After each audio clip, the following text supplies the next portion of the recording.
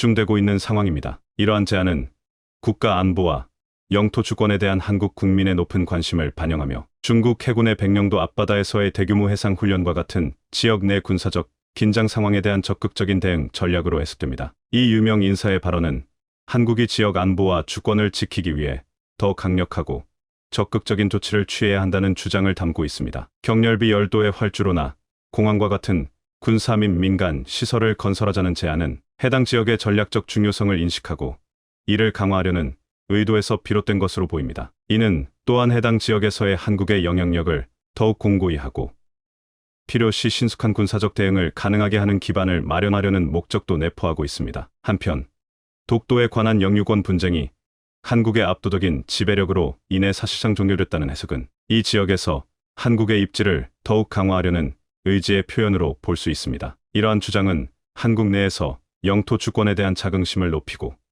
국민적 단결을 촉진하는 효과를 가져왔습니다. 그러나 이러한 발언과 제안이 나온 배경에는 더 큰 안보 환경의 변화와 지역 내 군사적 긴장의 증가가 있습니다. 중국 해군의 지속적인 해상 훈련은 동북아 지역의 안보 균형에 영향을 미치며 한국을 포함한 주변 국가들에게 새로운 안보 도전을 제기하고 있습니다. 이러한 상황에서 한국의 적극적인 대응 전략이 중요해지고 있으며 경렬비 열도와 같은 전략적 요충지의 활용은 이러한 대응 전략의 일환으로 고려되고 있습니다. 이와 같은 제안은 국내외에서 다양한 반응을 불러일으키고 있습니다. 일각에서는 이러한 움직임이 지역 내 군사적 긴장을 더욱 고조시킬 수 있다는 우려를 제기하고 있으며 국제적인 협력과 대화를 통한 평화적 해결 방안을 모색해야 한다는 목소리도 존재합니다. 반면 다른 이들은 국가 안보와 주권을 지키기 위한 필요한 조치로 이러한 제안을 지지하며 한국의 국방 능력 강화와 주변 국가들과의 안보 협력 강화를 촉구하고 있습니다. 결국 경렬비 열도에 대한 이러한 제안은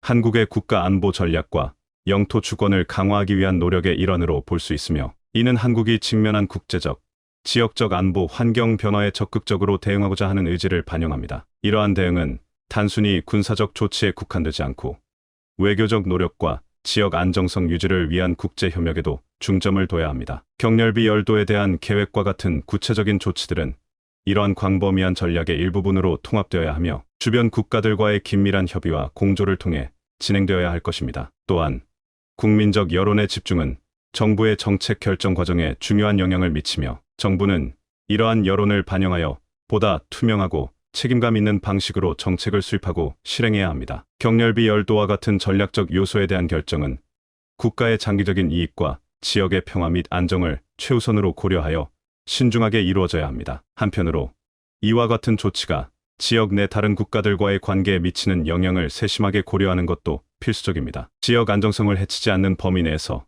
한국은 자국의 안보를 확보하고 국제법과 규범에 부합하는 방식으로 행동해야 합니다. 이러한 접근은 국제사회에서의 신뢰를 구축하고 잠재적인 충돌을 방지하는 데 기여할 수 있습니다. 마지막으로 경렬비 열도의 활주로나 공항 같은 시설을 건설하는 제안이 실현될 경우 이는 단지 군사적 목적뿐만 아니라 재난 대응, 해양 자원 관리, 과학 연구 등 다양한 민간 목적에도 활용될 수 있는 가능성을 염두에 둬야 합니다. 이렇게 함으로써 해당 지역의 전략적 가치를 극대화하고 국가의 종합적인 발전에 기여할 수 있습니다. 경렬비 열도에 대한 이러한 계획과 제안은 한국이 안보와 영토 주권을 지키는 방식뿐만 아니라 지역 및 국제사회와의 관계를 어떻게 발전시킬지에 대한 깊은 고민을 요구합니다. 지혜로운 결정과 균형 잡힌 접근 방식을 통해 한국은 국가 안보를 강화하고 지역의 평화와 안정을 유지하는 데 기여할 수 있을 것입니다. 집중되고 있는 상황인데요. 우리나라 국토죄동단 영토 독도는 울릉도에 공항이 지어짐으로 인해서 사실상 대한민국이 독도의 실주배나 위급 상황 발생 시 영유권 분쟁에서 압도적인 우위를 점할 수 있게 됐습니다. 그런데 우리나라 국토 최서단의 섬 중 하나인 경렬비 열도는 국민들 사이에서 인식 자체가 없는 편이었는데요.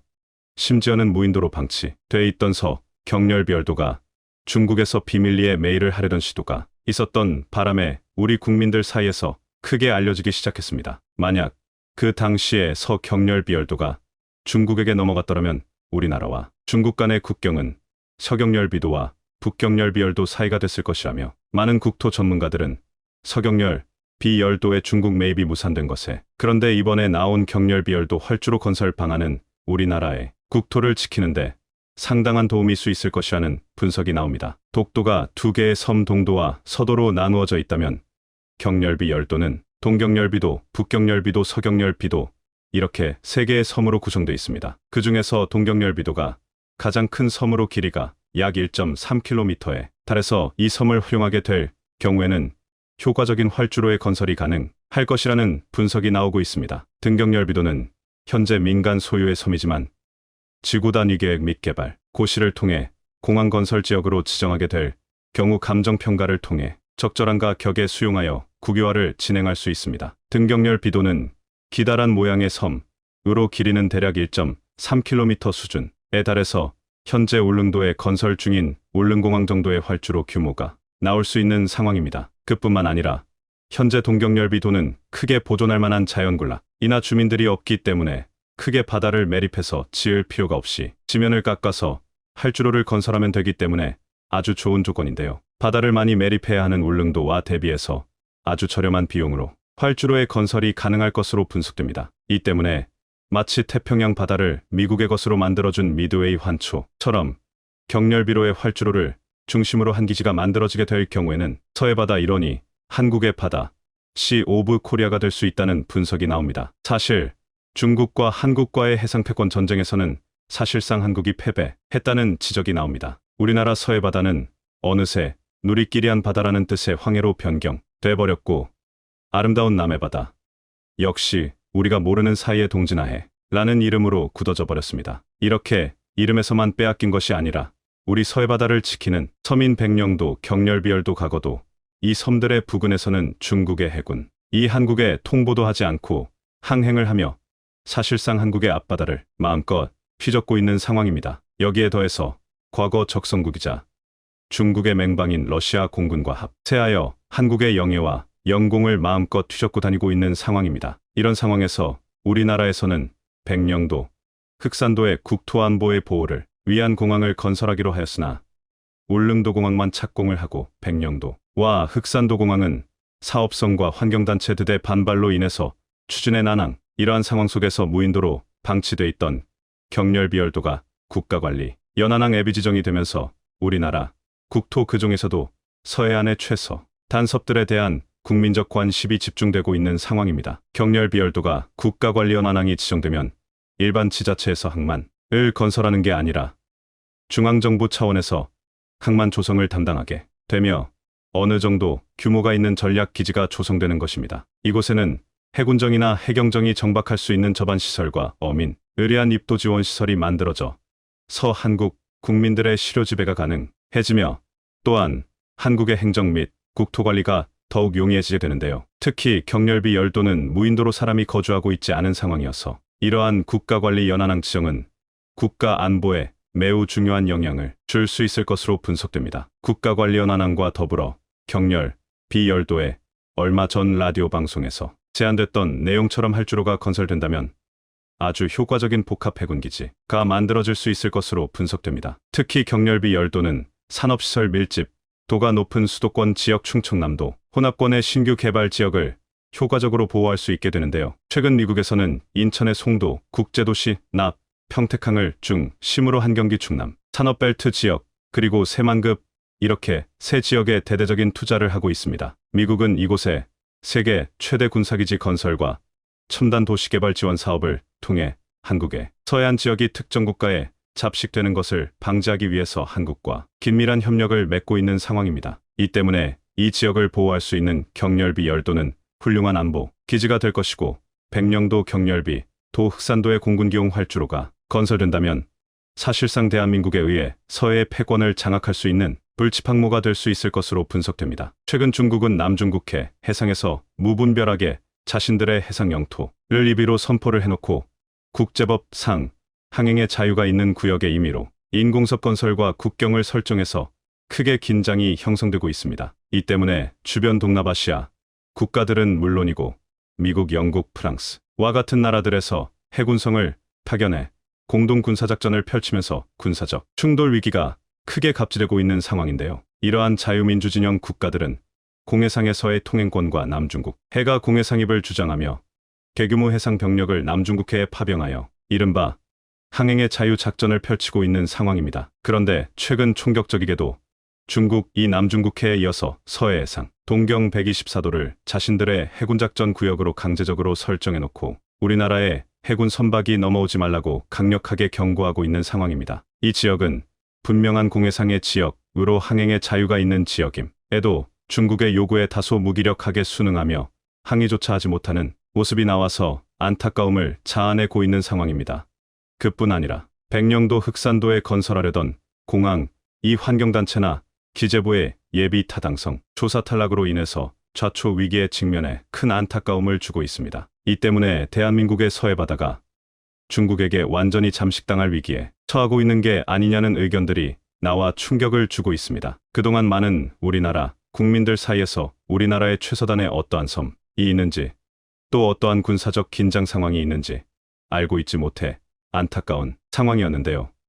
얼마 전 중국에게 매입당할 뻔한 경렬비열도 역시 많은 국민들이 인식을 하지 못하고 있는 상황이며 이 때문에 우리 국민, 도리 우리 서해바다와 서해, 영토 수호에 대해서 깊은 관심이 있어야 한다는 의견과 지적이 나오고 있습니다. 이러한 상황 속에서 국내 유력 인사들의 입에서 경렬비 열도의 해군기지, 화군사용 할주로 건설 등이 공론화되면서 큰 기대감을 모으고 있습니다. 우리 기술로 만든 국산 초음속 전투기 KF-21이 세계 최고의 전투기 톱 4에 등극했습니다. 외신이 선정한 2023년 세계 최고의 전투기 톱 10 안에 KF-21 보라매가 당당하게 4위를 차지하면서 전 세계 표준으로 자리 잡고 있는 상황인데요. 실제로 일각에서 KF-21에 대해 항공우주기술 수준을 무시한 무리한 개발 일정이라고 의구심을 가졌던 것과 달리 KF-21은 해외 항공 전문 매체 에어로챔가 선정하는 세계를 주름잡는 전투기로 당당하게 이름을 올리며 이런 우려들을 불식시켰습니다. 에어로챔은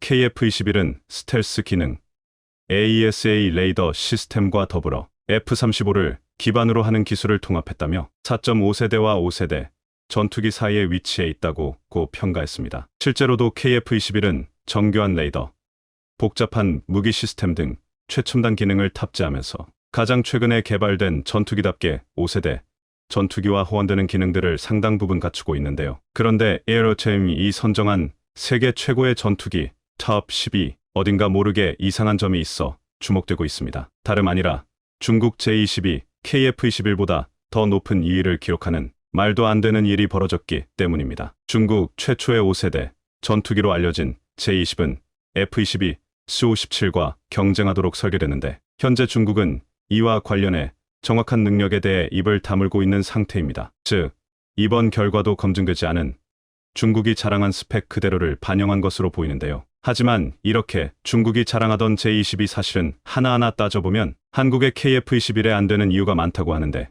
자세히 알아보겠습니다. 사실 KF-21을 만든 한국 방산기술력이 넘사벽일 수밖에 없는, 즉 중국 전투기보다 나은 이유들은 나열하기도 민망할 정도로 많습니다. 가령 KF-21을 만든 KAI가 보라매를 설명할 때 4.5세대 전투기라고 표현하고 있지만 해외 방산업계에서는 5세대에 더 가까운 전투기로 받아들이고 있는데요. KF-21의 경우 레이더 반사 면적을 억제시킨 설계와 F-35에 사용된 일부 기술들이 적용되는 등 실제로 5세대 전투기와 호환되는 기능들을 상당 부분 갖추고 있기 때문입니다. 특히나 F-35 이외에 최근에 이르러 다른 나라에서 개발된 항공기가 없는데, 이는 다시 말하면 KF-21이 최근에 개발된 전투기답게 최신식 성능을 탑재했다는 뜻과 같습니다. 이런 이유로 방산 전문가들은 KF-21이 본격적으로 대량 생산에 들어가면 이곳저곳에서 주문이 끊이지 않을 것으로 내다보고 있는데, 현존하는 최강의 전투기로 불리는 F-22과 비교해도 크게 뒤처지지 않기 때문입니다. KAI에 따르면 KF-21은 4세대 항공기보다 뛰어난 항공전자 장비를 갖추고 있고 레이더 접히탐으로 향상된 생존성을 가졌습니다. KF-21은 애초에 설계됐을 때 F-22 형상과 유사하게 만들어졌는데 전형적인 스텔스 항공기의 형태를 갖췄기 때문입니다. KF-21 역시 스텔스기로 개량을 염두에 두고 만들어진 기체로 지금도 뛰어난 접히 탐성을 자랑하는데 머지않은 미래에 KF-21에 대한 추가적인 업그레이드 작업이 예정돼 있습니다. 현재는 외부에 무장을 달도록 돼 있지만 추후 업그레이드를 통해 5세대 전투기와 같이 무장을 안으로 넣을 수 있도록 KF-21 내부의 공간이 비워진 상태로 확장성을 가집니다. 이렇듯 내부 무장창과 보다 개선된 성능의 센서를 탑재하는 걸 목적으로 한 업그레이드를 통해 탄생할 KF-21의 파생형은 진정한 5세대 전투기라고 부르기에 부족함 없는 기체가 될 것으로 보입니다. 특히나 항공기의 생명은 무엇보다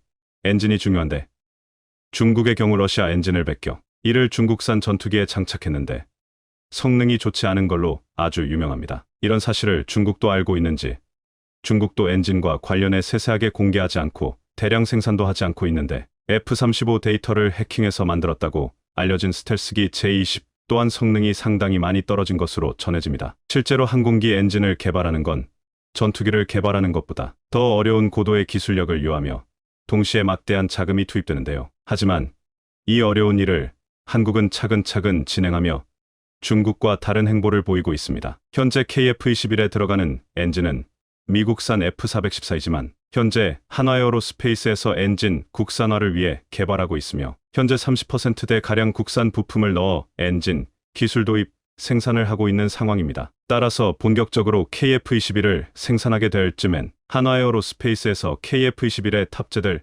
엔진을 생산하는 등 국산화 비율이 40%에 이를 것으로 예상됩니다. 중국과 달리 한국은 보라매의 심장을 메이드 인 코리아라는 이름을 걸고 당당하게 대량 생산에 나설 수 있을 것으로 보입니다. 이런 사실에 로키드 마틴 엔지니어들조차 KF-21을 보고 이건 기적과 같다고 놀라움을 금치 못했는데요. 앞서 F-35를 구매하면서 KAI에 파견된 로키드 마틴 기술자들은 KF-21 시제기 1호기의 최초 비행을 직접 눈으로 목격하고 우리 엔지니어들에게 한국이 정말 전투기를 개발할지 몰랐다 여 엄청난 찬사를 보냈다고 합니다. 실제로 수많은 나라들이 전투기 개발에 뛰어들었지만 이를 성공한 국가는 소수에 불과한데 한국은 세계에서 8번째로 초음속 전투기를 독자 개발한 국가로 당당하게 이름을 올렸습니다. 이렇듯 KF-21을 성공적으로 개발한 한국은 전 세계로부터 전투기 제작 기술을 인정받은 건 물론 벌써부터 KF-21에 대해 엄청난 러브콜이 쏟아지는 등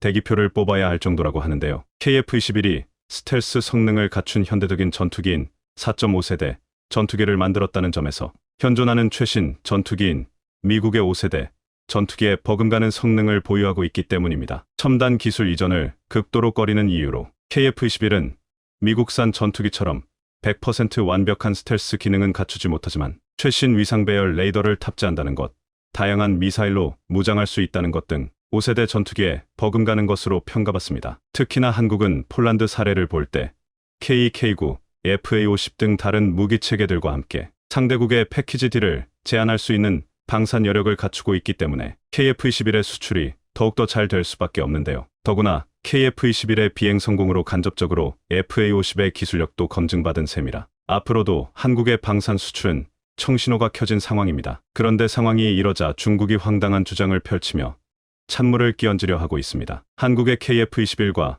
중국산 전투기 J-20의 개발 속도를 비교하는 영상을 올리며 한국이 전투기를 빨리 개발할 수 있었던 건 대부분 미국의 도움을 받았기 때문이라고 황당한 주장을 펼친 건데요. 실제로 한국은 KF-21 시제기 1터부터 6호기의 첫 비행이 무려 1년도 안 걸렸지만 중국의 주장과 달리 우리 방산 기술력으로 모두 이뤄낸 성과입니다. 하지만 이런 사실이 배 아팠던 중국은 KF-21 시제기 1터부터 6호기의 성공적인 비행 모습을 공개하며 일본군보다 비밀스러운 행동을 보이며 많은 걸 감추고 있다는 말도 안 되는 루머를 만들어냈습니다. 그런데 사실 중국의 기술력으로는 KF-21의 개발 속도가 믿기지 않을 수도 있습니다. 실제로 중국은 J-20 시제기 첫 비행을 마치기까지 무려 5년이라는 시간이 걸렸는데 정작 구체적인 성능과 스펙에 대해 함구하고 있는 건 중국입니다. 사실 중국은 스텔스 전투기 J-20을 개발하기 위해 수년간 각고의 노력을 기울여 겨우 양산하는 데 성공했습니다. 그런데 이렇게 어거지로 개발한 탓에 J-20의 약점은 곳곳에서 드러나고 있는데요. 중국은 1990년대 도입한 러시아 수-27 전투기의 AL-31F 엔진을 베껴 WS-10이라는 자체 엔진을 개발했는데 덩치가 크고 무거운 J-20을 개발하면서 최근 WS-15라는 엔진을 내놓았습니다. 하지만 이는 터빈 과열, 고온 상태에서 엔진 출력이 갑자기 떨어지는 등 여전히 해결되지 않은 문제점을 갖고 있습니다. 최근 WS-15 엔진을 탑재한 J-20의 시험 비행 영상을 공개했지만 아직은 갈 길이 멀어 보입니다. 여기에 더해 중국은 J-20의 자국산 AESA 레이더를 장착시켰지만 대공 표적에 레이더 대역폭이 아닌 다른 대역폭의 전파에는 스텔스 성능이 현저하게 떨어지는 단점이 있습니다. 이렇듯 중국은 한국의 놀라운 전투기 개발 속도를 인정할 수 없기에 시기 질투에 눈이 멀고 있는 중인데요. 하지만 중국이 이렇게 나온다면 우리도 가만히 있지만은 않을 것입니다. 현재 한국은 F-35를 갖고 있지만 요격기로 사용하기 어려운 상황인데 추가로 미국에서 여러 가지 성능 제한을 걸어놓았기 때문에 중국 도발 시 우리는 KF-21로 중국 전투기들을 막아야 합니다. 그런데 사실 KF-21이 F-35보다 뒤동력과 가속력이 좋은 데다 25W급 지러갈륨 소자를 기반으로 한 AESA 레이더를 사용하는 등 J-20보다 탐지 범위가 2.5배나 더 높습니다. 실제로 J-20은 갈륨비소 소자를 사용하면서 탐지 범위가 10W가 한계라 KF-21은 J-20보다 먼저 저 멀리서 중국산 전투기들을 탐지할 수 있는데요. 이렇듯 KF-21 미사일 한 방이면 J-20 전투기 요격은 쉬운 일인데 중국의 비아냥과 도발이 계속된다면 더 이상 한국이 지켜만 보고 있지는 않을 것 같습니다. 한국이 초대박 났습니다. 바로 어제 북대서양조약기구 나토가 한국 관련 폭탄 발표를 하면서 전 세계가 발칵 뒤집혔는데요. 세계 주요 외신들은 왜 나토가 한국에 이 엄청난 선물을 주었을까? 라는 보도를 쏟아내고 있습니다. 중국은 이 소식을 접하자마자 한국에 그동안 너무 미안했다. 제발 봐줘. 라며 이상행동을 보이기 시작했는데요. 도대체 무슨 일이 일어났길래 이렇게 말도 안 되는 일이 일어난 것인지. 바로 어제 북한이 한국을 도발했다가 나토의 폭탄 발표가 나오면서 큰일 났습니다. 북한 김여정 노동당 부부장이 연이들 담화에서 남쪽을 남조선 대신 대한민국이라고 언급해 그 배경에 관심이 쏠리고 있습니다. 김 부부장은 10터부터 11일 발표한 두 건의 담화에서 미 공군의 정찰 활동을 비난하는 한편 정당성을 주장한 남측을 향해서도 나를 벼리며 대한민국을 언급했습니다. 지난 10일 담화에서는 대한민국의 합동참모본부, 대한민국 족속 등 표현을 11일 새벽 담화에서는 대한민국의 군부라는 문구를 썼습니다. 북한 매체는 강조의 의미를 담는 용도인 격파살괄호를 사용해 특정한 의도를 담은 표현임을 시사했습니다. 대한민국 또는 한국은 그동안 김 부부장의 담화에서는 물론 그 밖에 북한 주요 매체나 공식 문건에서 사실상 사용하지 않은 표현입니다. 통일부에 따르면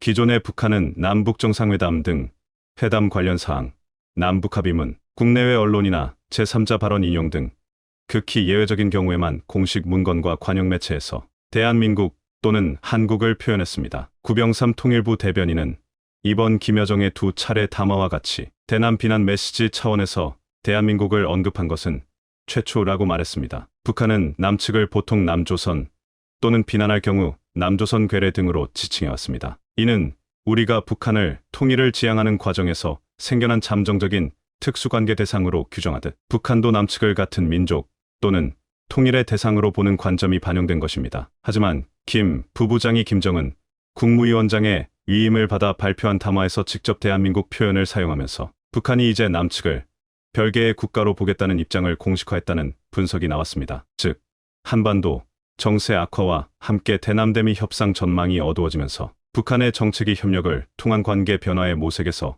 적대적 공존에 무게를 둔 두 개의 한국 투어 코리의 정책으로 변화한 것이 아니냐는 지적입니다. 아울러 8차 당대회에서는 비서국의 중요한 자리를 차지해왔던 대남 담당 비서 직책이 사라졌습니다. 비슷한 맥락에서 대남 업무 관계자들은 북미 간 하노이 노딜 이후 줄줄이 혁명화 교육을 받거나 공식 석상에서 사라졌습니다. 여기에 남북대화를 비롯해 중요한 남북관계 현장의 핵심이었던 조국평화통일위원회 조평통도 모습을 감췄습니다. 일반적으로 중요한 남북관계 의제에 대한 북한의 입장은 조평통이 발표해왔지만 2021년 제8차 당대회 이후에는 어떤 발표도 내놓지 않고 있습니다. 특히 북한은 지난 1일 현정은 현대그룹 회장 측의 방북 계획에 대해 수용불가 입장을 밝히면서 조평통 등 대남기구가 아닌 국가 간 관계를 관장하는 외무성을 발표 주체로 내세웠습니다. 양무진 북한대학원대 총장은 김여정의 거듭된 대한민국 언급은 최근 북한이 보이는 이국가 체제 정책의 차원이라며 이미 이번 사안을 두고 북미 간 문제라고 규정한 것처럼 앞으로 한반도 문제에 대해 대한민국과 협의하지 않겠다는, 상대하지 않겠다는 의사가 묻어난다고 분석했습니다. 북한의 도발은 이것이 끝이 아니었습니다. 북한이 오전 10시쯤 평양 일대에서 동해상으로 장거리 탄도미사일로 추정되는 한 발을 발사했다고 합동참모본부가 밝혔습니다. 전문가들은 대륙간 탄도미사일 ICBM으로 추정하고 있는데요. 합참은 북한의 탄도미사일은 고각으로 발사돼 약 1,000km 비행 후 동해상에 탄착했다며 세부 재원은 한미 정보당국이 종합적으로 정밀 분석 중이라고 설명했습니다. 노동당 기관지 노동신문은 이번 미사일이 거리 1001.2km를 4,491초간 비행해 조선동해 공해상 목표 수역에 정확히 탄착됐다고 보도했습니다. 김정은 국무위원장이 현지에서 시험 발사를 시찰했다고도 밝혔습니다. 신문은 김 위원장이 이 자리에서 대북 적대 정책을 단념할 때까지 군사적 공세를 취할 것이라고 말했다고 전했습니다. 자, 그런데 이렇게 한국을 도발하던 북한과 최근 한국에 경제보복을 가하기 시작한 중국이 진짜 큰일 나버렸습니다. 나토가 한국 관련 폭탄 발표를 했기 때문인데요. 북대서양조약기구의 네이티오 나토가 중대 결단을 내렸습니다. 북대서양조약기구의 네이티오는 2차 대전 후인 1949년 소련을 억제하기 위한 군사기구로 창설됐습니다. 나토의 목적은 정치군사적 수단을 통한 집단적 방어와 평화 및 안보 유지이며 이를 통해 유럽 대서양 지역의 민주주의와 복지, 회원국의 자유와 안보를 지키려고 하고 있습니다. 목적에 맞게 지금까지는 유럽과 북미 국가들만 나토에 가입했는데요. 자, 그런데 나토가 근거지인 유럽과 북미를 넘어 아시아 태평양 지역으로 확장을 선포했습니다. 나토는 11일 현지 시간 리투아니아 빌뉴스에서 개막한 정상회의의 비회원국인 한국, 일본, 호주, 뉴질랜드를 아시아 태평양 파트너국 AP사 자격으로 초청하더니 폭탄 발표를 했습니다. 나토는 특히 한국과 ITPP라는 한국 맞춤형 파트너십 계획을 체결했는데요. ITPP엔 대테러 협력, 군축비 확산, 인공지능 AI 등 11개 분야에서 한국과 나토가 안보 협력을 최고 수준으로 강화한다는 파격적인 내용이 담겨 있었습니다. 나토가 이렇게 갑자기 한국에 엄청난 파격적인 제안을 한 이유는 바로 지난해 채택한 새로운 전략 개념 때문입니다. 나토는 12년 만에 바꾼 이 전략 개념에서 중국을 구조적인 도전으로 규정하며 나토의 안보에 잠재적 위협이 된다는 점을 명확히 했습니다. 이날도 나토 31개 회원국은 공동성명을 통해 중국은 우리의 이익과 안보, 가치에 도전하는 야망과 강압적인 정책을 공표했다며 세계에서 입지를 키우고 힘을 발휘하기 위해 광범위한 정치 경제 군사적 수단을 사용하고 있다고 지적했습니다. 그러면서 중국의 사이버 우주 하이브리드 등 비대칭적 위협과 부상하는 파괴적 기술의 악의적 사용에 맞서고 있다라며 이러한 중국의 위험한 움직임을 억제하기 위해서는 아시아 최강국인 한국의 도움이 꼭 필요하다는 것입니다. 중국산 무기를 압도하는 것으로 증명된 한국산 무기를 한국뿐만 아니라 일본과 호주 등 아시아 태평양 주요국에 전면 대규모 배치하고 나토가 이를 적극 지지하여 중국의 군사 위협으로부터 완전히 해방시킬 수 있습니다. 뿐만 아니라 나토와 최고 수준의 파트너십 계약을 맺음에 따라 나토 회원국인 대부분의 유럽국들에 이제 한국산 무기를 초대 규모로 더 빠르고 쉽게 판매할 수 있게 됐습니다. 심지어 대만에도 한국산 무기가 대규모로 배치될 수 있다는 분석도 쏟아져 나오기 시작했는데요. 앞으로 중국과 러시아가 수십 개의 나토 회원국 중 한 곳이라도 건드린다면 세계에서 가장 빠르게 생산되고 로켓 배송되는 한국산 무기가 중국과 러시아에 엄청난 보복을 가할 것이라는 것입니다. 실제로 스톨텐베르그 사무총장은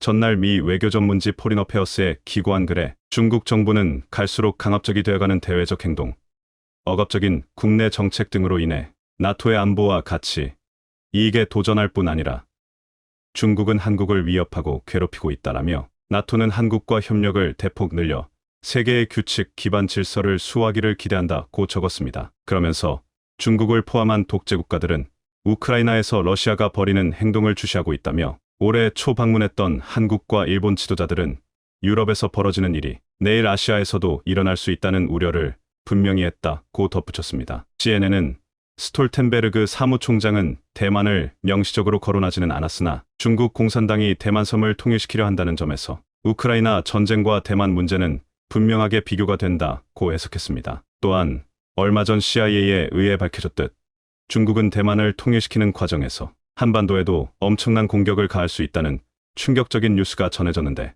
이러한 낌새가 조금이라도 보인다면 이제 나토가 전면 개입해 중국을 박살낼 수 있다는 것입니다. 이러한 나토의 파격적인 발표가 나오자 중국은 노발대발하고 있습니다. 나토가 정상회의를 통해 중국의 비판적인 목소리를 내자 유럽연합 이후 주재 중국 대표부는 사실을 무시한 의도적인 먹칠이라며 단호히 반대하고 거부한다고 강력히 반발했습니다. 한국과 나토의 갑작스러운 파트너십 체결도 강하게 비판했는데요. 중국 관영 글로벌타임스는 12일 오만한 나토에 두 가지 엄중한 경고를 보내야 한다라는 제목의 사설을 통해 나토는 아시아 태평양 지역을 향해 뻗는 검은 손을 즉시 거둬들여야 한다며 아시아 대다수 국가는 나토를 어떠한 대가를 치르더라도 피해야 할 끔찍한 괴물로 보고 있다. 라는 헛소리 주장을 했습니다. 일본 대기업 파나소닉이 디스플레이 사업을 정리한다는 소식이 니케이 보도로 전해졌습니다. 보도에 따르면 파나소닉 홀딩스는 액정 패널을 생산했던 파나소닉 액정 디스플레이 PLD를 해산한다고 했는데요. 파나소닉 홀딩스는 대부금 5,800억 엔 약 5조 2천억 원을 포기하기로 했다고 전해지고 있습니다. 그리고 파나소닉은 이제 디스플레이 사업을 완전 종료 후 전기차 배터리 분야에 올인할 걸로 보입니다. 파나소닉은 효구현 히메지에 있는 PLD 공장을 전기차 배터리 생산에 활용할 방침이란데요. 그런데 현재 파나소닉의 이러한 디스플레이 예산은 일본 정부의 무리한 사업과도 무관하지 않은 상황인데 왜 이렇게 파산까지 이르게 되었는지와 앞으로 배터리 분야에 올인하며 기사회생을 노리는데 여기서 한국 기업들의 폭탄 발표가 잇따르면서 이마저 매우 큰 위기를 맞는다는 국면인데요. 한국 기업은 엄청난 수를 내놓았으며 일각에서는 자칫 디스플레이 해산 뒤에 배터리조차 똑같이 될 수 있다 전합니다. 우선 파나소닉은 앞서 일본의 디스플레이 드림팀이라는 JOLED와의 파산에서 그 맥락을 살펴볼 수 있습니다. 우선 일본 정부는 첨단 산업을 그 어느 때보다도 중요한 미래 먹거리로 규정하며 애쓰고 있는 국면인데 누구나 알다시피 일본에는 현재 하늘이 준 기회가 왔다는 의견이 제기되었기 때문입니다. 미중 무역 전쟁 이후에 미국의 공급망 재편으로 중국 대리기와 한국 대만 무력화가 등장한 상황으로 미국이 거칠게 움직이기 시작했다는 것의 의미를 가장 잘 알고 있는 것은 바로 일본입니다. 플라자 합의를 비롯해 일본 반도체를 몰락시킨 등 일본 경제를 파탄시킨 미국의 똑같은 행동이 등장했고 이에 일본 대신에 반도체에서 엄청난 수익을 거두어들인 한국과 대만이 몰락할 수 있는 기회라고 본 것이죠. 그런데 이 가운데 일본 차세대 디스플레이를 선도하던 JOLED 파산 소식이 나온 겁니다. 게다가 한국의 삼성 소식이 들려오자 일본 내부에선 그야말로 망연자실하는 국면이 등장했는데요. 우선 JOLED는 일본의 대표 기업 두 곳인 파나소닉과 소니의 OLED 합병 사업으로 2015년 시작됐습니다. 이들 회사는 현재도 전문성을 바탕으로 다양한 분야에서 수익을 벌어들이고 괜찮은 회사들이죠. 일본 산업혁신기구는 JOLED의 최대 주주였고 2조 원을 대출받아 쏟아붓는 등 투자를 해왔습니다. 당시 JOLED는 올레드 패널은 소형화가 용이하고 백라이트가 없다는 특징이 있다면서 일본 업체는 이 기술을 가장 먼저 선도하고 있고 이에 발전 가능성이 크다고 이야기했습니다. 하지만 최대 주주 일본 산업혁신기구는 이제는 무리다. 더 이상 아무도 투자하지 않는다라며 사실상 OLED 패널 제조가 극심한 적자에서 벗어날 수 없음을 인정하며 파산 이유를 말했습니다. 실제 JOLED는 현재 280명 직원 전원을 해고했으며 두채 4천억 원을 남기는 초라한 성적표를 보였습니다. 그런데 여기서 일본 니온게이자이 등 경제 매체에 따르면 JOLED가 무너진 건 한국의 라이벌들이라 지적했습니다. 매체는 기술은 일본이 먼저 가졌지만 결국 사업을 확장하는 속도와 결정은 한국 기업들이 빨랐다고 했습니다. 한국 기업들은 사업성이 된다고 파악하는 즉시 자본을 대규모로 투입하고 시장 점유율을 가져가는 특유의 과단성을 보이면서 일본 기업들이 머뭇거리는 사이에 시장을 지배해버렸다는 이야기입니다. 물론 이는 한국과 일본의 차이이기도 한데 한국은 결정과 속도가 매우 빠르다는 강점이 있는데 반면 일본은 모든 결정과 프로세스가 누군가의 허가가 떨어져야 움직이는 구조이기 때문입니다. 일본 방식은 신중하게 일을 진행한다는 점에서 점수를 줄 수 있으나 이런 사업에서는 취약합니다. 그 사이 한국이 OLED 점유율 잠식을 해버리고 일본은 고비용 문제까지 겹쳐 포기하게 되는 거죠. 대량 생산을 통해서 한국을 역전하겠다는 의지를 보이고 생산에 들어가려고 했으나 2020년에 코로나가 터지면서 공장이 오픈 불가했고 2021년에는 수요가 크게 감소하기 시작했습니다. 한국 회사들은 코로나 기간에도 생산을 멈추지 않았으며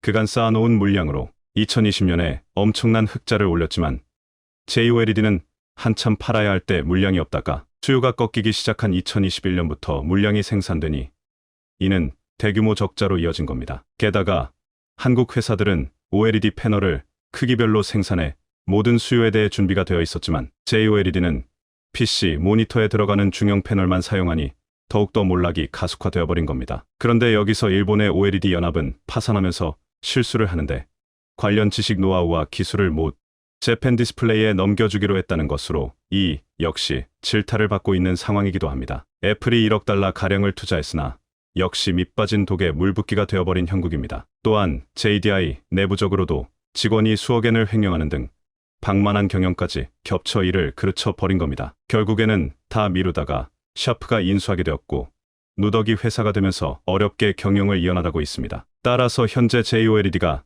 JDI에 지분을 인수하라며 넘기려 하고 있으나 이조차 불투명한 상황이죠. 이처럼 일본 정부 등의 보조금 등이 대거 투입된 일본 회사가 줄줄이 무너지고 있는데요. 그런데 이런 맥락 가운데 하늘이 무너져도 솟아날 구멍이 생긴 일이 발생한 것이죠. 앞서 이야기한 대로 일본의 첨단 기업들이 모두 몰락하는 가운데 미중 전쟁이 발발했으며 한국의 반도체가 매우 큰 위기를 맞는 상황이 생겨 일본은 기회를 잡았다며 반색했습니다. 기시다 총리는 4터부터 5조 원 가량을 TSMC에 파격 지원을 하면서 발빠른 반응을 보였는데요. 보통 일본 정부에서 외국 기업에 이렇게까지 보조금을 지급하는 경우는 거의 찾아보기 힘듭니다. 그만큼 일본은 다른 건 몰라도 반도체는 돈이 되며 한국에 그것을 빼앗아 오자는 분위기가 됐습니다. 실제 바이든 정부가 반도체 과학법을 비롯해 칩사 동맹을 제기할 때 가장 반겼던 것은 일본인데 일본이 이번에 얼마나 도끼를 품었는지는 바이든 수출 규제에 참여하는 걸 보면 알 수 있습니다. 일본 경산성은 당장 중국의 수출 규제를 하는 손해를 보더라도 반드시 한국을 따라잡자는 결의가 나왔는데 이는 매년 약 5조 원 이상 중국의 반도체 장비 수출을 포기하고서라도 중국을 제재하겠다는 의지였습니다. 일본의 반도체 르네상스가 오기만 한다면 그 정도 금액은 문제가 아니라는 판단이었죠. 결국 일본 경산성은 약 50조 원을 투자해서 8개 반도체 회사 연합 라피더스를 결성하기 이르는데요. 지난 2월 28일 결성된 이 연합은 아직 아무도 성공 못한 이나노 반도체를 2027년 양산키로 합니다. 이제는 더 이상 속도전에 지지 않는다. 일본은 이나노를 가장 먼저 사수한다라며 라피더스 고이케 사장은 일본의 반도체 공장이 삿포로에 들어선다며 포부를 밝히기도 했습니다. 앞서 TSMC를 비롯해서 라피더스 연합까지 일본 정부는 역대급 투자를 진행하게 된 겁니다. 그런데 이렇게 야심차게 출발한 일본의 반도체 연합에 한국의 청천벽력 같은 소식이 들려오는데요. 일단 라피더스 연합은 근본적으로 이겨내야 할 자체적인 리스크가 매우 크다는 의견이 나옵니다. 결정적으로 앞서 논의된 대로 정부가 주도하며 기업들이 연합한 드림팀이 잘 된 적이 거의 없습니다. 일본의 의사결정 구조는 전 세계에서 가장 복잡한 수준인데 8개 회사가 결합을 했으니 누가 총대를 메고 누가 실행할지 전혀 로드맵이 안 나오는 뜬구름 잡는 사업 형태라는 뜻이죠. 그런데 이렇게 디스플레이를 완전 해산하고 이제 배터리만 올인하게 된 파나소닉은 이제 미국의 IRA 법안 등으로 한국과 함께 세금 혜택을 받으며 미국의 사업을 전개합니다. 파나소닉은 미국에 4개의 생산 공장을 증축하고 2031년까지 200그 생산량을 확보할 예정입니다. 그야말로 이는 벼락치기 투자인데 한국의 배터리 3사가 등장하며 파나소닉이 1위에서 순위가 추락하여 심한 위기감을 느낀 파나소닉은 도요타 등 일본 브랜드와 협업은 물론 미국 내 배터리 생산을 확대하기로 한 겁니다. 그러나 파나소닉 내부적으로는 부담이 매우 심한 것으로 하필 상대가 연전연패하고 있는 한국이라는 점입니다. 이미 파나소닉 사장은 2014년에 한국과 경쟁하다가 본래 모습을 상실했다며 당시 치열했던 TV 시장에서 결국 일본이 대패하며 돌아섰던 분위기를 기억하고 있습니다. 반도체, 디스플레이, 가전 등에서 줄줄이 고배를 마신 파나소닉은 이제 배터리에도 위기감을 느낍니다. 실제 미국에서 대대적인 제휴를 통해서 공장을 세워가나 한국 업체들의 규모가 큰 게 문제가 되고 있습니다. LG에너지 솔루션 하나만으로도 파나소닉을 압도하는 데다 최근엔 소극적이던 삼성 SDI도 투자를 확대하고 있습니다. 여기에 일본 내에서 도요타는 전고체 배터리를 자체적으로 만드는 움직임으로도 가고 있으며 각종 배터리 회사들 역시 한국 회사들과 더 많은 협업체를 구상하니 골머리를 앓는 것입니다. 이번에 배터리 싸움에서 지게 된다면 이제 더 이상 물러날 곳이 없으니 배수의 진을 치고 있지만 이마저도 결국에는 한국에 밀리지 않을까 하는 예상과 우려가 공존하는 상황이 나오는 것이죠. 이와 같이 일본의 전통 대기업 파나소닉은 디스플레이를 해산 후 배터리에 올인하고 있는 모습입니다. 한국 기업들과 끝까지 붙어서 이겨낼 수 있을지 귀추가 주목되고 있습니다.